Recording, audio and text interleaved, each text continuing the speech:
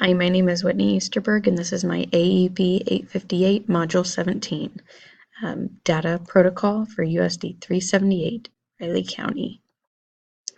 I created this graphic organizer in the process format to show that it's ongoing. So we're going to first gather the data, and we're going to analyze the data in PLC time or team time, plan for improvements, and evaluate the whole process.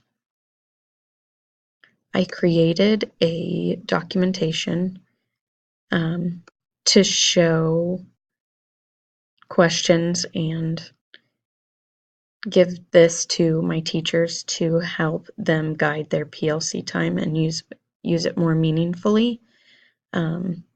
So the first thing I did was I added our mission statement, which is all our children learning.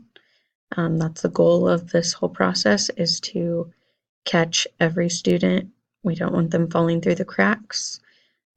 So we kind of use something similar for like this for our PLC time.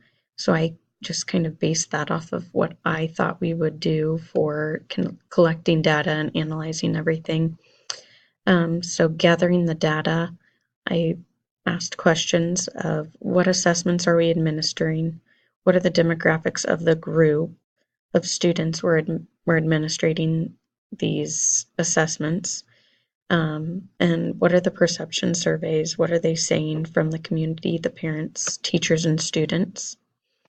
Analyzing the data, where are the gaps? What are our weaknesses? And what are our strengths? When we talk about planning for improvement, what does the data tell us? What do we need to change? How can we meet the needs of all of our students?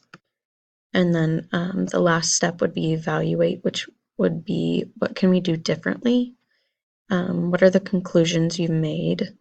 And what are the next steps we need to take?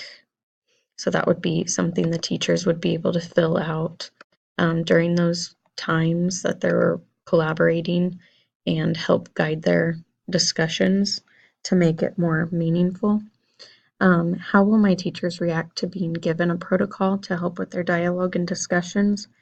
I think by giving them something to guide their discussions during PLC and team times will help utilize the time they have to gather the information, look at all the pieces that go into our data, and find ways to improve their instruction and better meet the needs of all of our students.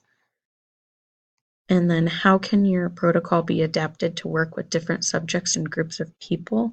I think I created my protocol to be adapted by a wide variety of groups and educators because it is pretty broad, but gets to the point and helps us get a lot of meaningful information from our teachers and hear what they have to say or what they're seeing in their classrooms.